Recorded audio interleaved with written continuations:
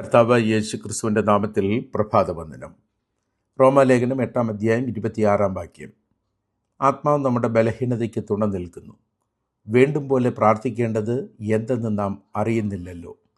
ആത്മാവ് തന്നെ ഉച്ചരിച്ചുകൂടാത്ത ഞരക്കങ്ങളാൽ നമുക്ക് വേണ്ടി പക്ഷപാതം ചെയ്യുന്നു.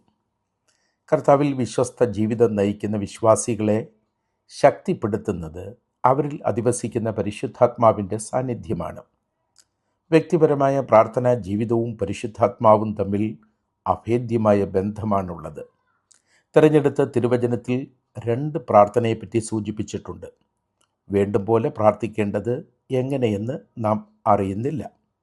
എന്താണ് ഇതുകൊണ്ടിവിടെ അർത്ഥമാക്കുന്നത്? നാം പ്രാർത്ഥിക്കുന്നില്ല എന്നാണോ? പ്രാർത്ഥിക്കാൻ അറിയത്തില്ല എന്നുമാണോ? ഇതല്ല ഈ വചനവാക്യം കൊണ്ട് ഇവിടെ ഉദ്ദേശിച്ചിരിക്കുന്ന അർത്ഥം. നമ്മുടെ പരിമിതമായ അറിവുകൊണ്ട് ദൈവത്തിൻ്റെ മഹത്തായ പദ്ധതികൾ തിരിച്ചറിയാൻ നമുക്ക് സാധിക്കുന്നതല്ല. ഇതിനൊരു പരിഹാരം എന്ന നിലയിൽ നമ്മുടെ ഉള്ളറകളെ സ്പർശിക്കുന്ന ദൈവാത്മാവ് നമുക്ക് ഉൾക്കാഴ്ച തരികയും ആത്മാവിൻ്റെ ചൈതന്യത്തോടെ പ്രാർത്ഥിക്കുന്ന അനുഭവമാണ് ഒന്നാമത്തെ പ്രാർത്ഥന. രണ്ടാമത്തെ പ്രാർത്ഥന പരിശുദ്ധാത്മാവ് തന്നെ നമുക്ക് വേണ്ടി പക്ഷപാതം ചെയ്തു പ്രാർത്ഥിക്കുന്നതാണ്. ആത്മാവ് പ്രാർത്ഥിക്കാൻ തയ്യാറാകുന്ന സമയം നാമും തയ്യാറായിരിക്കണം. ആത്മസാന്നിധ്യ സഹവാസത്തിൽ പ്രാർത്ഥന മുന്നേറുമ്പോൾ ഒരു ദിവസം 1 മണിക്കൂർ പോലെ തോന്നത്തുള്ളൂ.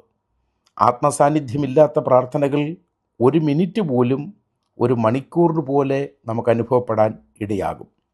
ദൈവാത്മ സാന്നിധ്യം തിരിച്ചറിഞ്ഞ് ദൈവഹിതപ്രകാരം പ്രാർത്ഥിപ്പാൻ ദൈവം നമ്മെ ഓരോരുത്തരെയും സഹായിക്കട്ടെ. സ്വർഗീയപിതാവേ, രാവിലെ സമയത്തിനായി നന്ദിയോടെ സ്തോത്രം. ദൈവാത്മ ചൈതന്യത്തോടെ പ്രാർത്ഥിക്കേണ്ടതുപോലെ പ്രാർത്ഥിപ്പാൻ ഞങ്ങൾക്ക് അവിടുന്ന് കൃപ നൽകണമേ. യേശുവിൻ നാമത്തിൽ തന്നെ, ആമേൻ.